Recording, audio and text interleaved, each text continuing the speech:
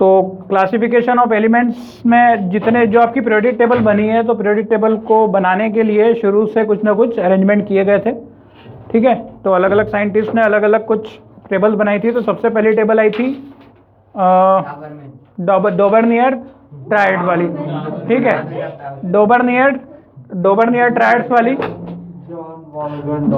तो डोबर्नियर ट्रायड्स ने क्या कहा था कि दो एलिमेंट ए बी और सी। ए मतलब तीन एलिमेंट को कैसे जमाओ, इंक्रीजिंग ऑर्डर में जमाओ। तीन एलिमेंट को किस में जमाओ, इंक्रीजिंग ऑर्डर में जमाओ। तो जो बीच वाला एलिमेंट बनता है, इंक्रीजिंग ऑर्डर किसके, according to their atomic mass, इनके एटॉमिक मास के इंक्रीजिंग ऑर्डर में जमाओ। तो बीच वाले का जो एटॉमिक मास होगा वो दोनों के एटॉमिक मासेस का एवरेज होता था, और इस तरीके से इन तीनों की प्रॉपर्टी आपस में मेल खाती थी, ये ऐसा उसने कहा था, ठीक है। उसके बाद फिर दूसरा हमने पढ़ा न्यूलैंड ऑक्टेव। न्यूलैंड ऑक्टेव का ऑक्टेव ने कैसे जमाए थे, उसने आपके जो म्यूजिक की टोन होती, सारे गामा पाधा नीसा, उसके अकॉर्डिंग उसने एलिमेंट्स को जमाया था। मतलब 7 एलिमेंट के बाद हर आठवां एलिमेंट पहले एलिमेंट की प्रॉपर्टीज को एक जैसी सेटिस्फाई करता था, ठीक है। ये अपन ने कल पढ़ा था, अब वो डिटेल में है। पहला वाला ये क्लियर हुआ, एटॉमिक मासेस जो जमते थे वो कैसे जमते थे, 3-3 के उसने ट्रायड्स बनाए थे। कल हमने पूरे 1.5 घंटे बात की थी, तो अब ये 2-3 मिनट में तो समझाना मुश्किल है, ठीक है। तो आप इसके लिए बेटर है कि अपना जो रिकॉर्डेड वीडियो है देख लो। तो मैं आगे ही बढ़ूंगा। वैसे तो न्यूलैंड ऑक्टेव भी था।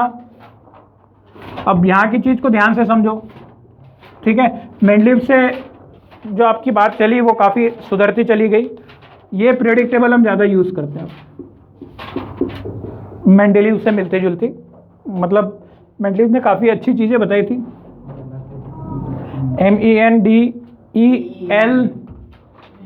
MENDELEEV Mendeleev. और ये ई के ऊपर भी कुछ अजीब सा दिख रहा है आपको, कुछ लिखा हुआ है। ये फोनेटिक्स के कुछ आते हैं ऐसे ना, एक्सेंट्स वगैरह के लिए बोलने के लिए। खैर आपको तो मेंडलीव पीरियोडिक टेबल बोलनी है।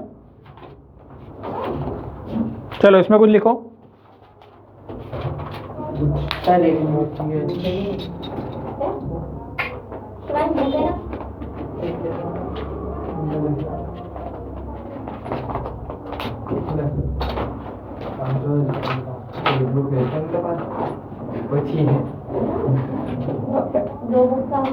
दान करते हैं तुम दानी हो।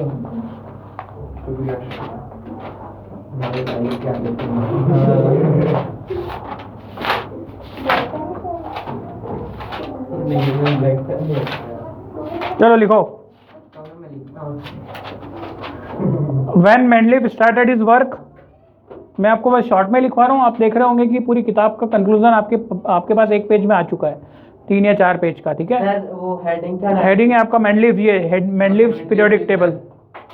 मेंडलीव्स पीरियोडिक टेबल को मैंने पीटी लिख दिया शॉर्ट में। When Mendeleev started his work, 63 elements were known. मतलब जब मेंडलीव काम कर रहा था तब कितने एलिमेंट थे, 63 एलिमेंट थे। सर क्या है Mendeleev started his work, 63 element were known. मतलब जब वो काम कर रहा था जब कितने एलिमेंट थे, 63 एलिमेंट्स थे। यहाँ तक लिखा। ये नई बुक और पुरानी बुक में पेज नंबर अलग अलग है क्या? नहीं, सेम ही है ना। Mendeleev start working. जब मेंडलीव ने इस पीरियोडिक टेबल पे काम किया था तब कितने एलिमेंट थे, 63 के पीरियोडिक टेबल। अच्छा, why they are called the periodic table? Periodic table इसलिए कहते हैं क्योंकि कुछ अंतराल के बाद, एक पीरियड के बाद वो वापस से क्या होती है, रिपीट करती है प्रॉपर्टीज, एक जैसी रिपीट मारती है। जैसे इसके आप देखोगे कि 8 के बाद इसमें भी रिपीट मारेगी, ठीक है। तो वो प्रॉपर्टीज को हम क्या बोल देते हैं, पीरियोडिक। कोई चीज़ अगर एक के बाद एक वापस, जैसे आपका जो है रोटेशन ऑफ अ व्हील, वो क्या है, एक पीरियोडिक मोशन है। एक बार चक्कर खा के वापस वहीं एक जगह तो आएगा ही आएगा। ठीक वैसे ही ये एलिमेंट्स हैं, एक बार जमाने के बाद वापस से अगर अगला एलिमेंट जमता है तो वो प्रॉपर्टीज को सेटिस्फाई करता है, मतलब एक पीरियड को ये पैटर्न को फॉलो करते हैं, इसीलिए इन सबको पीरियोडिक टेबल कहा जाता है। ठीक है, they follow some pattern, that's why they are called the periodic table. तो मेंडलीव ने भी कुछ ऐसी की थी, जब ये बात कर रहा था तब उस समय 63 एलिमेंट्स थे। फिर लिखो इसमें अमंग केमिकल प्रॉपर्टीज, हाँ अमंग केमिकल ही रुको ही examined the physical and chemical properties. He examined the physical and chemical properties.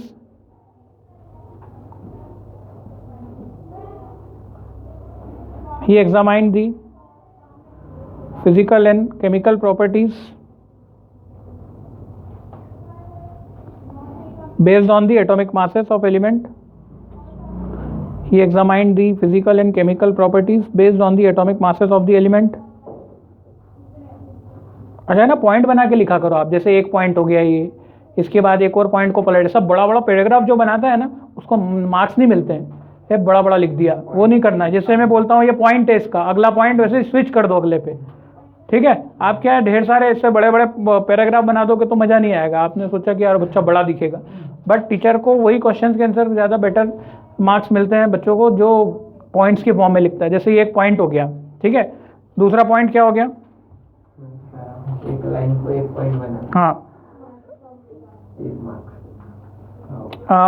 He formed among chemical properties, लिखो among chemical properties on the atomic masses of the element. इसके बाद अगला point among, देखो उसने किस पे काम किया, फिजिकल प्रॉपर्टीज और केमिकल प्रॉपर्टीज। अब केमिकल प्रॉपर्टीज ने उसने जो कंपाउंड बनाए, ये इसके लिए लिख रहे हैं। दूसरा पॉइंट लिखो, ही मेक ही हाँ among chemical properties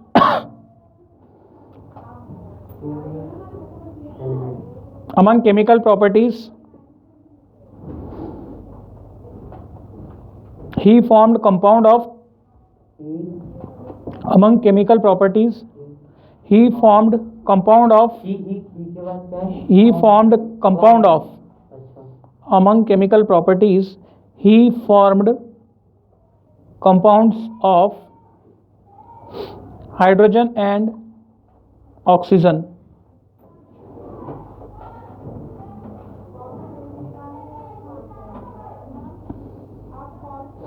as they are very reactive, hydrogen and oxygen, हाँ hydrogen and oxygen, as they are very reactive,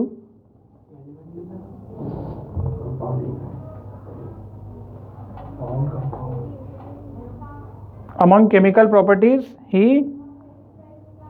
formed compounds of hydrogen he formed है ना, he formed compound of hydrogen and oxygen as they were very reactive, as they were very reactive and formed, इसी में ही है। हाँ, and formed compound with most elements.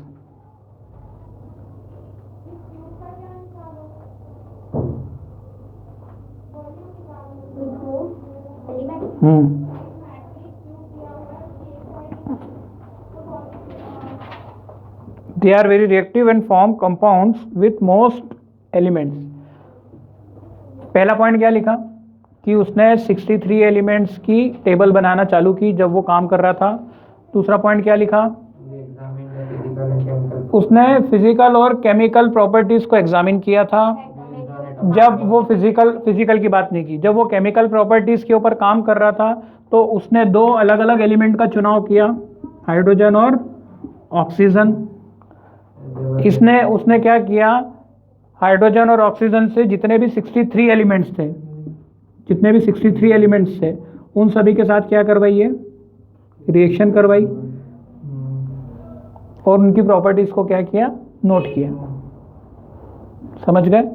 तो एक question यहाँ से पहला आता है कि मेंडलीव ने किन दो केमिकल्स का चुनाव किया था केमिकल प्रॉपर्टीज को चेक करने के लिए। हाइड्रोजन और पहला हाइड्रोजन और दूसरा ऑक्सीजन। पहला क्वेश्चन आता है ठीक है, इसमें ये भी पूछ लेते हैं कि जब मेंडलीव काम कर रहा था तब कितने एलिमेंट थे, तो 63 एलिमेंट ऐसा, पर वो इतना ज़्यादा इंपॉर्टेंट नहीं है। दूसरा वाई, पहला तो ये कि उसने कौन से चुने थे। अब वाई करके इस क्वेश्चन आप समझ लेना, वाई करके ये वेरी इंपॉर्टेंट करके वही डाल देना, ठीक है। वाई मतलब यही क्यों चुने, इसका भी देखो लास्ट लाइन में तुमको लिखवाया है। They were very reactive. मतलब हाइड्रोजन और ऑक्सीजन क्या है, दे आर वेरी रिएक्टिव, ये दोनों बहुत ही ज़्यादा Reactive. रिएक्टिव है और सबके साथ कंपाउंड बना लेते हैं। तो इसके कारण क्या है, सबकी प्रॉपर्टीज निकालने में दिक्कत नहीं आई। ये तो पता चल रहा है तुमने ऐसे केमिकल का चुनाव कर लिया जो उससे कंपाउंड ही नहीं बना रहा, तो तुम उसकी फिर प्रॉपर्टीज को निकालोगे कैसे। चलो दोनों समझ में आ गए, ठीक है, आगे लिखें आप।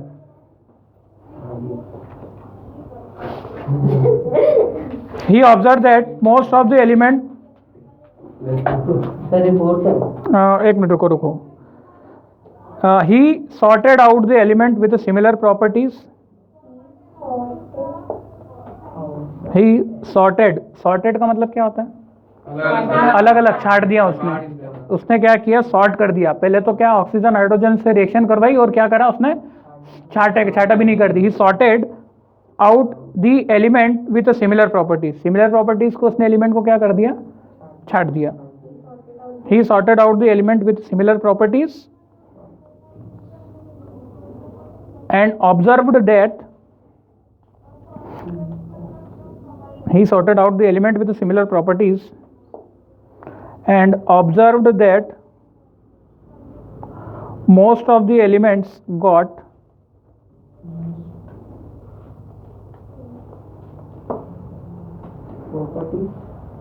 he observed that similar properties लिखा आपने, he observed that most of the elements got a place, most of the elements got a place in periodic table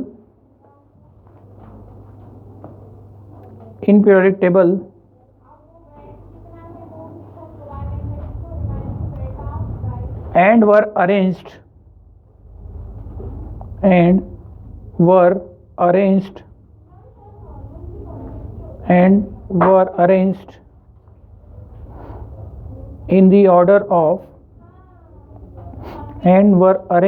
in the order of their increasing atomic masses.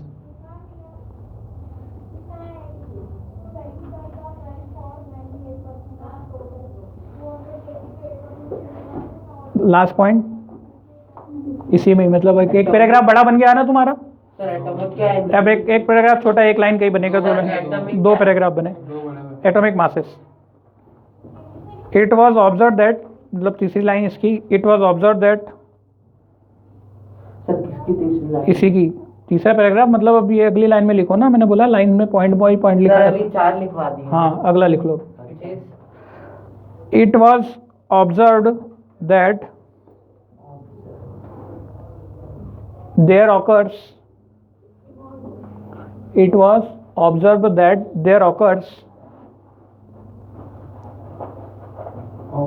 a periodic, sir there occurs मतलब होता है, नहीं there occurs मतलब, अरे there THERE, there occurs मतलब ऐसा होता था उस समय जब वो केवल, there occurs a periodic recurrence,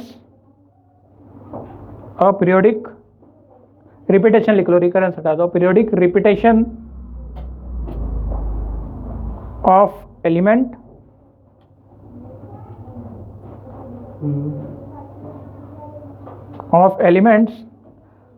with similar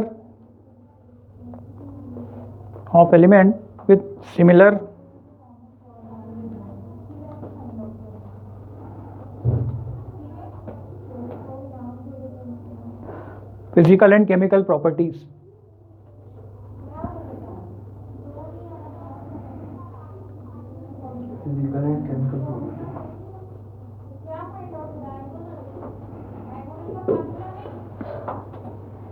periodic law, सबसे लास्ट लाइन जो दे रखी है एनसीईआरटी की, उसका स्टेटमेंट, मतलब statement of Mendeleev. Statement of Mendeleev क्या बना, सबसे लास्ट लाइन, ये चौथा पॉइंट कर लेना। और अगर किसी को कुछ याद नहीं हो तो ये पूरा स्टेटमेंट ही लिख देना बस। अगर मान लो शुरुआत के 3 पॉइंट याद नहीं हो रहे तो ये स्टेटमेंट लिख देना सबसे लास्ट। क्या है स्टेटमेंट इसका, the properties of elements are periodic function of their atomic masses. The properties, statement डालना है ना, स्टेटमेंट हाँ लिखना है। The properties of elements, the properties, the properties of element are the periodic function of The properties of the properties of elements are the periodic function of their the properties of the elements are the periodic function of their atomic masses।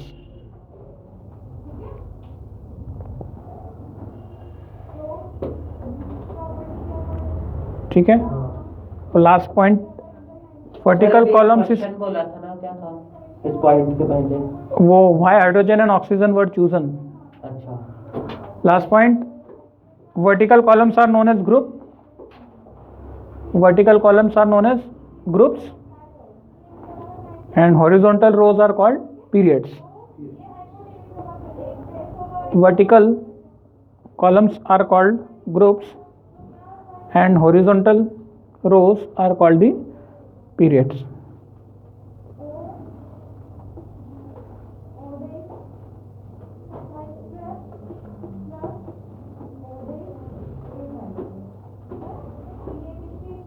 ठीक है, अब ये एक table दे रखी है आपको, है ना। मैं कुछ टेबल के यहाँ पर स्टेटमेंट क्या लिखा आपने कि जब उसने प्रॉपर्टीज़ को क्या किया, देखो उसने कैसे बनाई ये टेबल। पहले क्या किया, हाइड्रोजन ऑक्सीजन के मिक्सिंग कर दी, है ना। 5-6 साल तक काम किया, ऐसा नहीं 2-3 दिन में काम हो जाता है। अच्छा काम किया उसने। उसके बाद फिर क्या है, सारी चीज़ को नोट किया उसने। कुछ पोस्ट कार्ड सिस्टम था, ऐसा है ना, पढ़ोगे इसमें तो कार्ड वगैरह पे लिखता था प्रॉपर्टीज़ और ये। उसके बाद फिर उसने उनको सॉर्टिंग कर दिया। सॉर्टिंग करने के बाद एक टेबल में जमा दिया। जब उसने टेबल में जमाया तो उसकी जो प्रॉपर्टीज़ थी वो एटॉमिक मास की पीरियोडिक फंक्शन थी। मतलब एटॉमिक मास की पीरियोडिक फंक्शन थी, इसका मतलब कि एटॉमिक मास कुछ डिफरेंस के बाद एक रिपीट हो रहे थे और एलिमेंट रिपीट हो रहे थे। जैसे कुछ गैप के बाद एटॉमिक मासेस आ रहे थे और वो एलिमेंट आ रहे थे, तो उनकी प्रॉपर्टीज़ क्या हो रही थी, सेट अपने आप ही हो गई थी। ठीक है, तो वो उसका स्टेटमेंट हो गया। अब इसने क्या किया, यहाँ पर मैं टेबल भी समझा रहा हूँ आपको, समझ गए। ये पॉइंट तो सारे क्लियर हो गए। यहाँ पर इसने इसको ग्रुप्स बोला, टोटल इसने 8 ग्रुप बनाए। 1 2 3 4 5 6 टेबल देख लो। हाँ, 1 2 3 4 5 6 7 और 8। थोड़ा थोड़ा बना लो जितना मैं बता रहा हूँ, बाकी पूरी नहीं बनानी है। ठीक है, इधर उसने बनाए ऑक्साइड्स और हाइड्राइड्स। पूरी टेबल बना रहे हो क्या? पूरी नहीं, मैं ऊपर की उसको समझाने के लिए बता रहा हूँ।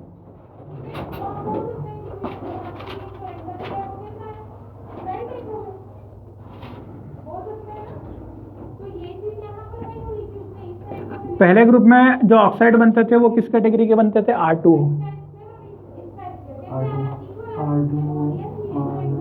और हाइड्राइड बनते थे वो कैसे बनते थे, RH।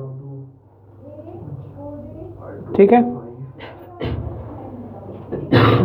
जैसे पहले ग्रुप में कौन है, हाइड्रोजन। यहाँ पे पहले ग्रुप में कौन आता है, तो हाइड्रोजन का ऑक्साइड क्या बनता है, H2O बनता है, पानी। और हाइड्रोजन का हाइड्राइड खुद R की जगह क्या रखना है, ये एलिमेंट रखना। R की जगह क्या रखा, एलिमेंट क्या रखा, H, तो H2O हो गया। R की जगह अब क्या रखना है, ये एलिमेंट H, तो H, और H क्या होता है, H2। समझ गए। मतलब जब उसने टेबल बनाई, जो उसने एक्सपेरिमेंट किया था, उसके फॉर्मूले जो बने थे ऐसे बने थे। R2O बना था और RH।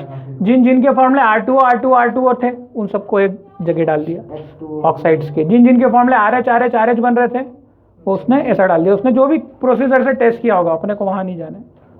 क्या समझ में आई बात? अच्छा, लिथियम का क्या बनेगा? लिथियम का लिथियम ऑक्साइड वैसे भी देखो, ये वैसे ही हो रहा है। लिथियम ऑक्साइड कैसे बनता है? वैलेंसी से देख लो। लिथियम की वैलेंसी कितनी? 1। ऑक्सीजन की कितनी? 2। क्यों ऐसा ही होता है? लिथियम की वैलेंसी कितनी? 1। ऑक्सीजन की कितनी? 2। क्रॉस कर दो, क्रिस क्रॉस, इधर इधर, तो क्या बन रहा है? Li2। तो हाइड्रोजन के नीचे क्या था? लिथियम। समझ में आई बात? सर ऑक्सीजन तो है ही नहीं सर। अच्छा ये होगा। ठीक है। और यहाँ पे देखो इसने कुछ लिखा है पीरियड्स, और यहाँ पे फिर ऐसे एरो लगा के दिया है ना? और यहाँ पे एरो लगा के दिया है। ये पहला पीरियड हो गया आपका, ये दूसरा पीरियड हो गया, है ना? ठीक, चलो दूसरा ग्रुप देखें। अच्छा, इनके नीचे कौन आ रहा है देख रहे हैं? सोडियम, पोटेशियम, हाइड्रोजन, लिथियम, इसके बाद सोडियम, पोटेशियम, ये आ रहे हैं ना? ठीक है।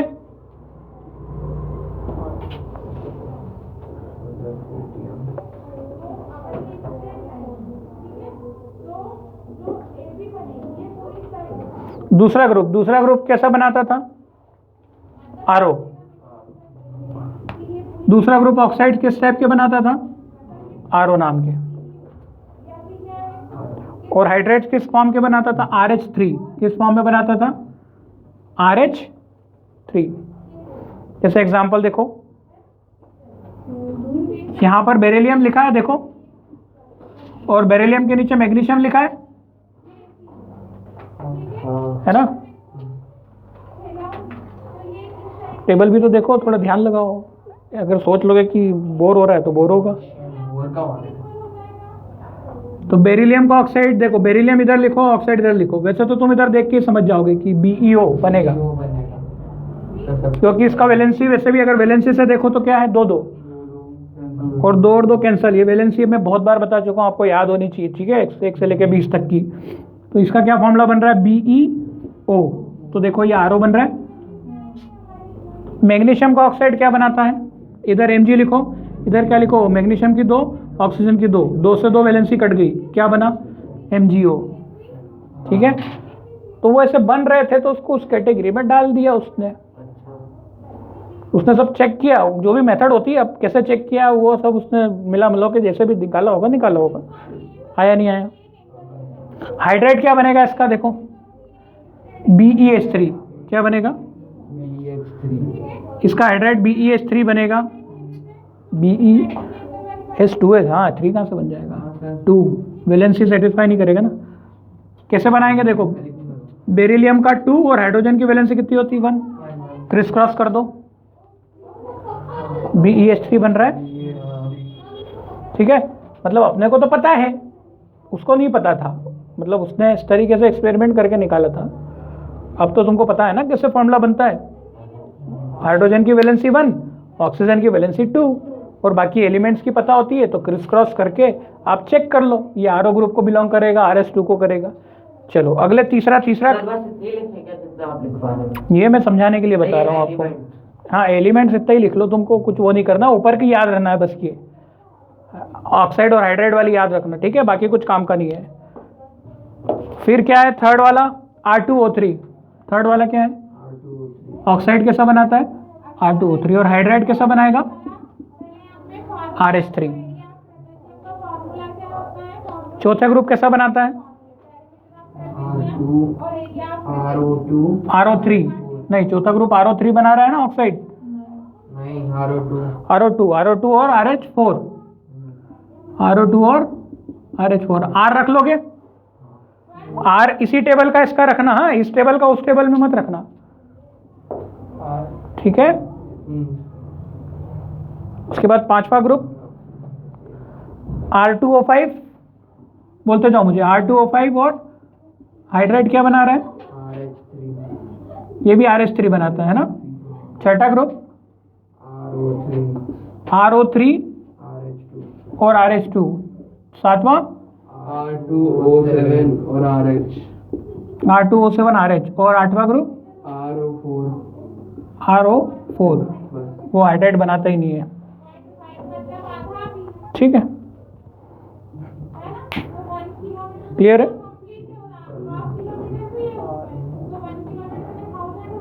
अच्छा, कुछ कुछ एलिमेंट का एटॉमिक मास में लिख देता हूँ। इसका एटॉमिक मास उसने लिखा था 1.008 है ना। लिथियम का क्या आया था? 6.9 कुछ आया था। बेरिलियम का क्या आया था? 9.012। उसके बाद फिर इसके अगला क्या है? बोरॉन। ठीक है, अब तुम देखो यहाँ से ये चीज देखो, उसने क्या किया था, समझ में आ गया ना कैसे सॉर्टिंग की थी? किन दो केमिकल से रिएक्शन करवाई? ऑक्सीजन से और हाइड्रोजन से। ये दो ही क्यों लिए? क्योंकि ये बहुत ज्यादा रिएक्टिव है और सबसे रिएक्टिव है, तभी तो रिएक्शन कर लेंगे यार दोनों, मतलब एक तरीके से ऐसी बात हो रही है, इसलिए इन दोनों को लिया। ठीक है, फिर इसका स्टेटमेंट क्या बना? जब उसने जमाया तो ऑटोमेटिकली देखो, ऑटोमेटिकली एलिमेंट जम गए इनके increasing order of atomic masses के। यहाँ पे क्या आया देखो, हाइड्रोजन का एटॉमिक मास क्या होता है? 1। लिथियम का कितना? यहाँ पर कोई और है क्या? नहीं है, वो पहले ग्रुप में हाइड्रोजन की भी पोजीशन फिक्स नहीं है वैसे भी। यहाँ से देखो, लिथियम 7, 6.9 मतलब 7 के बाद 9 के बाद 12, 14 अगले बार जो भी देखोगे ना, सब बढ़ते क्रम के एटॉमिक मास आएंगे। किसमें आएंगे? Atomic mass. शुरुआत के 3 साइंटिस्ट कौन कौन? डेबोनियर, न्यूलैंड और मेंडलीफ। इन तीनों ने जो काम किया था ये एटॉमिक मास के ऊपर ही ज्यादा फोकस किया था। समझ गए? डेबोनियर, सर ये ओ में 2 डॉट क्यों लगे ऊपर? क्या वो ऐसा ही, वो फोनेटिक्स के लिए होता है, वो ओ ऐसा बनाने प्रोनाउंसिएशन के लिए, कल बताया था, छोड़ दो मैंने। थर्ड वाले उसमें पीरियड में अलग है, ऐसा ही अलग हो गया। क्या अलग हो गया? हाँ, यही तो इसका ड्रॉबैक बनेगा, ये इसका ड्रॉबैक बन जाएगा। अच्छा, टेबल तुमको पूरी करना है तो कर लेना, मैं नहीं बना रहा हूँ,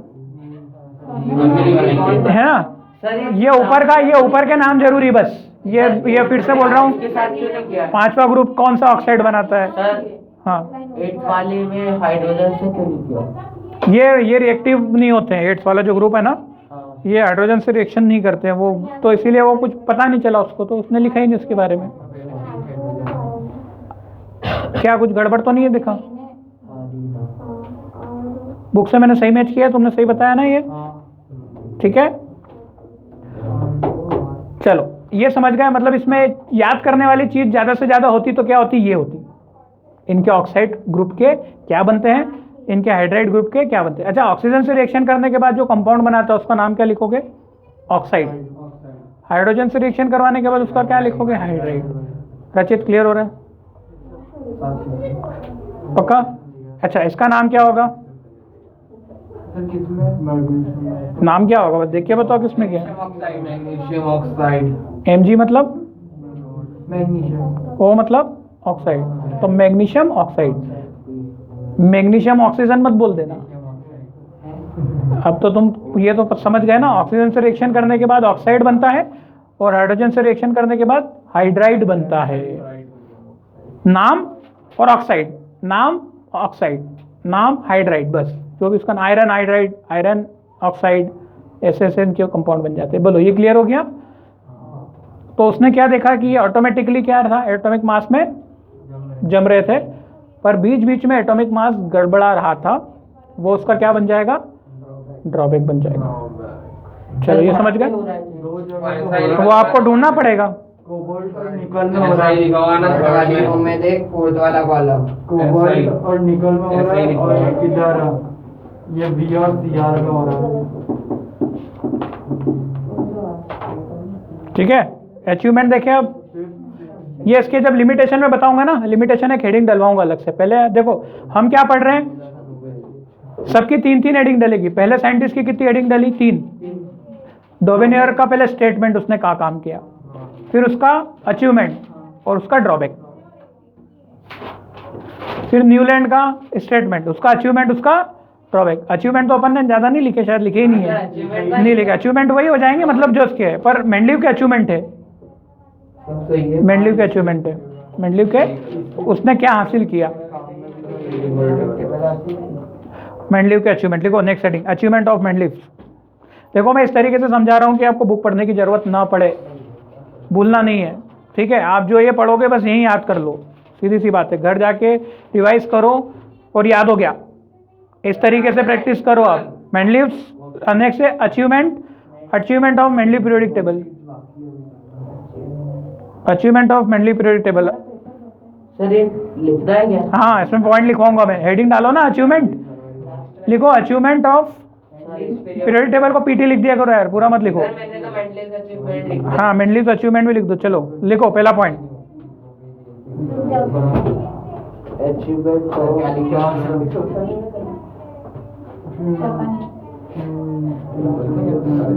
सोशल लिखना है यार। भाई मेरा इधर लिख रहा है। मेरा भी लिख दे यार। मैंने तो सारे चैप्टर लिख के रख लिए पहले से। मेरी कॉपी फिर हमारी लिख है। चलो 9 बजे से बैठती हूँ, 3 बजे उठती हूँ। तो बड़ा है हाँ भाई, मतलब देख लो से क्लास चलती है, उसके बाद पेपर चालू हो जाता है। और लैब भी इतना हालत खराब हो जाती है। भले ही 5 क्वेश्चन है लेकिन 2 घंटे में होता है। तो मेरी कॉपी कंप्लीट कर दो। सोशल चलो लिखो इसमें पहला पॉइंट, देयर वेयर, अब बुक हाथ में रखो, बुक की पहली line, there were a few instances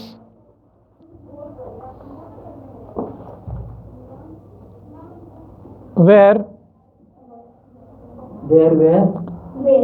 there were a few instances where, few instances, ऐसे क्षण थे कुछ, where there were a few instances where Mendeleev had to place, sir stages के बाद क्या है?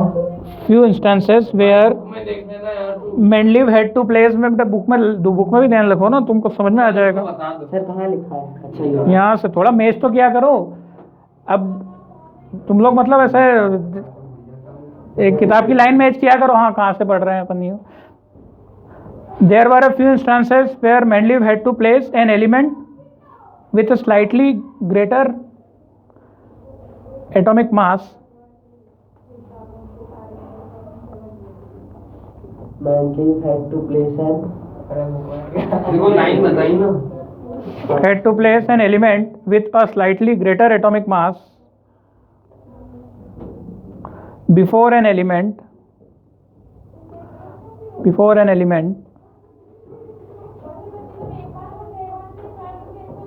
with a slightly lower atomic mass, with a slightly lower atomic mass.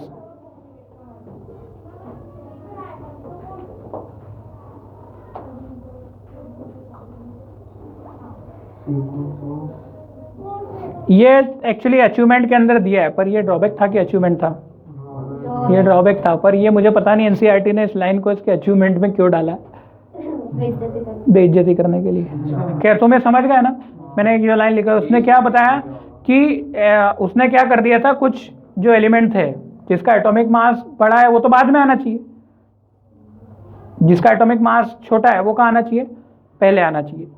बाकी ऐसे तुमने छाटे ना, कितने छाटे, 2 या 3 मिले ना तुमको। एक तो कोबाल्ट निकल में 3 है शायद, दिखे कोबाल्ट निकल में, देखो चौथे पीरियड में कोबाल्ट निकल, कोबाल्ट पहले आ रहा है और निकल बाद में आ रहा है, जबकि एटॉमिक मास निकल का ज़्यादा है, भले पॉइंट से ज़्यादा क्यों ना हो। और ये ऐसे और छाट के बताओ, और कहाँ पे। बी और अरे यार, जिसका नंबर पहले आता है वो छोटा होता है ना, वो पहले आना चाहिए कि नहीं, पर उसकी यार ये गलती हो रही है। दूसरा फोर्थ पीरियड में, फिफ्थ और सिक्स्थ ग्रुप में भी देख लो, VCR वेंडेनियम और कुछ क्रोमियम दिख रहा है VCR। 50.94 और 50.20 फिफ्थ पीरियड में है ना, यहाँ भी गड़बड़ा रहा है। थर्ड वहाँ पे तुम सर्कल चाहो तो कर सकते हो, ठीक है। सर थर्ड और फोर्थ में भी हो रहा है फिर। हाँ तो हो रहा होगा ना। थर्ड में किस किस में हो रहा है, SC और TI। SC, हाँ एल्यूमिनियम, 28.98 और 28.09। नहीं, हाँ एल्यूमिनियम और सिलिकॉन में भी हो रहा है ना।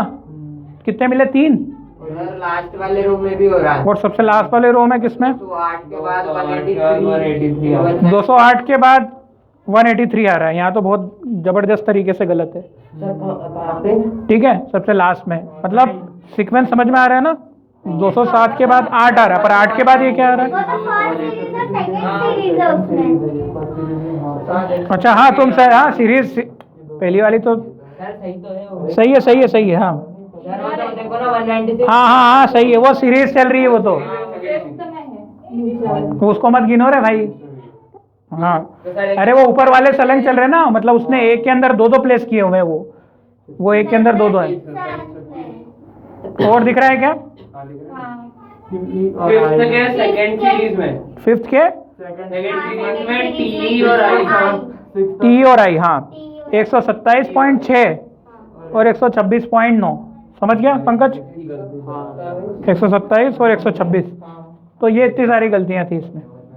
ठीक है, चलो ये 1-2 गलतियों से ठीक है, चल जाता है, पर उसके अचीवमेंट भी ज़्यादा थे, वो ज़्यादा काम की बात है। चलो नेक्स्ट, इस ये लिख लेना ब्रैकेट में कि ये ड्रॉबैक था। ऐसे लाइन लगा के लिख लो जो आपने लिखी ना, ये क्या है? ड्रॉबैक इसका। नेक्स्ट पॉइंट, अचीवमेंट का पहला पॉइंट होगा Mendeleev left some gap. Sir पहला अचीवमेंट सर, फिर ये वाला, ये ड्रॉबैक मैंने बोला ना, एनसीईआरटी की लाइन, मैंने मतलब सोचा कि कुछ अचीवमेंट निकलेगा, पर जब लिखवा दिया पूरा तो मुझे भी लगा कि यार ये तो उसने कुछ गड़बड़ कर दिया। तुम्हें याद भी रहेगा कि या तो तुम उसको ऐसा काट भी दो, नहीं तो तुम गलत ही याद कर जाओगे ना, दिमाग नहीं लगाओगे अपना, वहाँ अचीवमेंट में ड्रॉबैक भी लगा दोगे। ठीक है, नहीं अचीवमेंट ड्रॉबैक और यही आता है पेपर में, बस इसका अचीवमेंट बताओ, इसका ड्रॉबैक बताओ, जो मैंने लिखवा है ना ऐसे कैसे ही बस। हाँ इसको ड्रॉबैक में डाल देना, अभी काटो मत पूरा, ऐसा तुम एरो लगा लो कि इट इज अ ड्रॉबैक। पहला achievement, Mendeleev left some gap in periodic table. Mendeleev left, पहला अचीवमेंट अब इसका, Mendeleev left some gap in his periodic table. Mendeleev left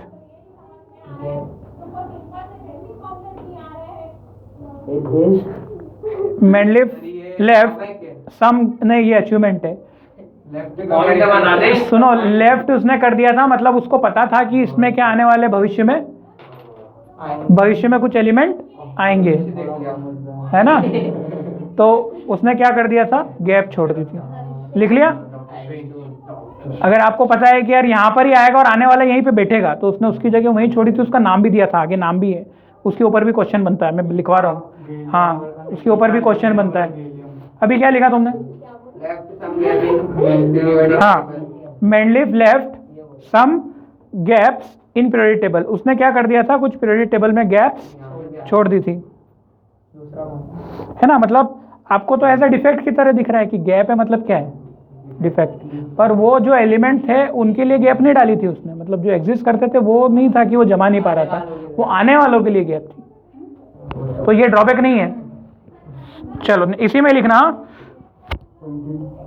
he predicted the existence of some elements. He predicted the existence of some elements. He predicted the existence of some elements. He predicted the existence of some elements that had not been discovered.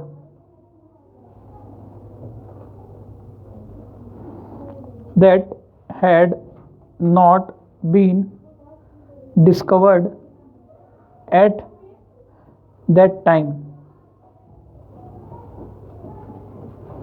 ऐसी कैसी line लिख लो पूरी, मैं पूरा पढ़ के बता रहा हूँ, बहुत इंपॉर्टेंट है और इसको वेरी वेरी इंपॉर्टेंट डाल देना। कौन सी? कौन सी लाइन? नहीं, वो हाइड्रोजन की पोजीशन फिक्स नहीं है।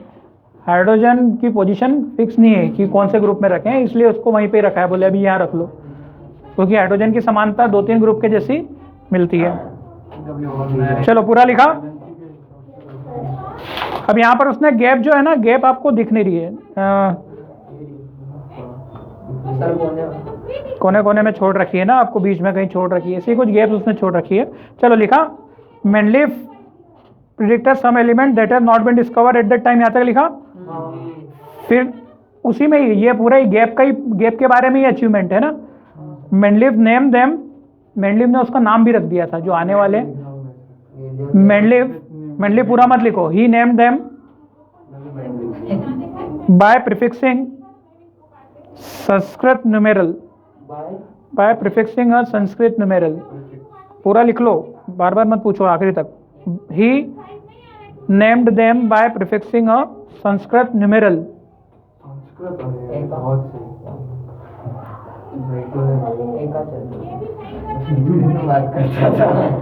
एका to the name preceding the element, पूरा लिखना है। एका पूरा लिखना है ना, बुक सभी के पास है। एका का मतलब क्या होता है? वन। वन अकेला, ठीक है, वन नहीं, अकेला नहीं है। एका मतलब एक है ना, काउंटिंग वाला एक। One two the name of preceding element, पूरा ही लिख देना सर। हाँ पूरा पूरा छाप दो वही। सर वो उसको बोल दो। उसको बता दिया ना, बता दिया मैंने, समझा मैं दूंगा।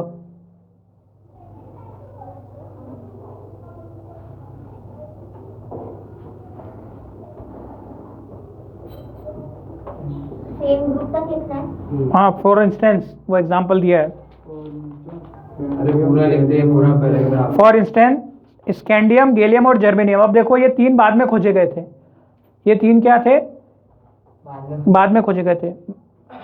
स्कैंडियम, गैलियम एंड जर्मेनियम, ये क्या किए थे? डिस्कवर किए गए थे बाद में।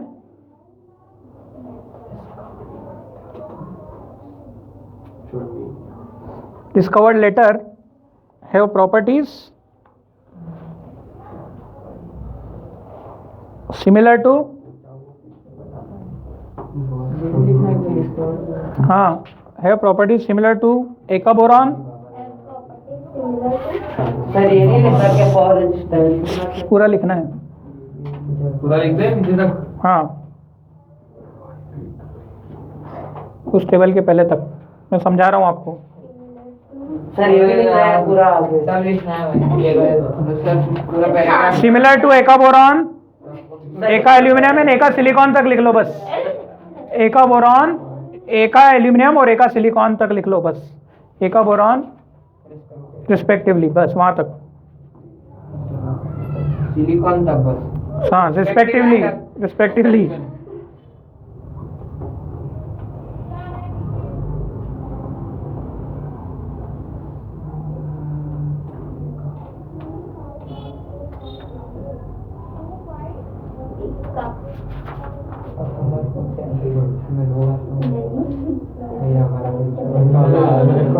आज देख क्या था हमारा।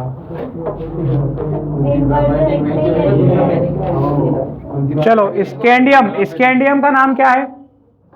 स्कैंडियम का नाम रिस्पेक्टिवली में क्या बनेगा? एका बोरॉन। एका बोरॉन, स्कैंडियम का मतलब एका बोरॉन। गैलियन मतलब एका एल्यूमिनियम, एका एल्यूमिनियम। और जर्मेनियम मतलब एका सिलिकॉन। मतलब उसने ये डिस्कवर नहीं हुए थे और उसने पहले से ही उसके बारे में सोच लिया था। समझ गए? नाम समझ गए? रिस्पेक्टिवली मतलब उसने जो सोचा था एका एल्यूमिनियम, उसका एक्चुअल नाम क्या निकला? गैलियम। एक टेबल भी दे रखी है। उसने सोचा क्या था? एका एल्यूमिनियम। नाम क्या बना उसका? नॉन मेटल है ना वो सेमीकंडक्टर में आता है, दोनों की प्रॉपर्टी शो करता है। सिलिकॉन चिप्स आती है ना। हाँ सिलिकॉन चिप्स वो सेमीकंडक्टर है ना, बोलता रहा हूँ। उसने एटॉमिक मास जो सोचा था वो कितना था? 68। बाकी एक्चुअल में निकला कितना? 69.7। उसने जो फॉर्मूला सोचा था वो सही निकला, E2O3। और बना भी क्या था? Ga2O3। और जो क्लोराइड का फॉर्मूला सोचा था वो भी सही बैठा था। तो पहला अचीवमेंट समझ गए? आपको तो खैर यही लिखना है। जो लोग ज़्यादा निराश हो गए लिख के, उनको यही लिखना है कि अपने जीवन से निराश हो गए तो उनको यही लिखना है कि उसने क्या कर दी थी? कुछ गैप्स छोड़ दी थी।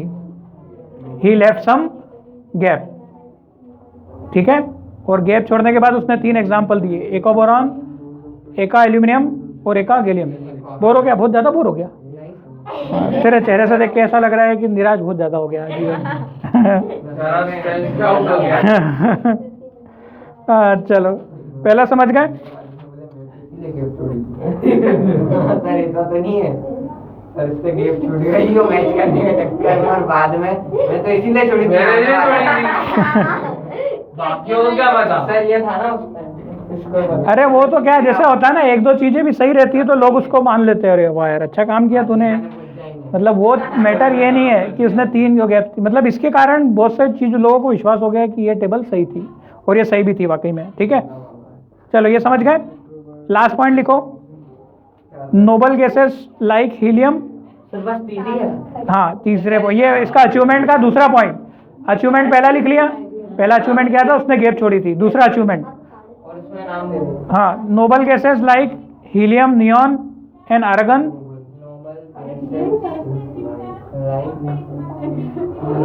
ये बनी थी सर, ये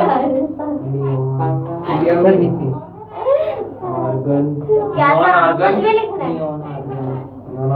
नियॉन, आर्गन और नियॉन एंड आर्गन। हाँ, helium, neon, argon. Helium, neon, argon उस समय जो थी ना डिस्कवर नहीं हुई थी। Helium, neon, argon was not discovered, हाँ, were not discovered at the time of helium, neon, He लिखो, HENIAR, helium, neon, argon were not discovered at the time of creation of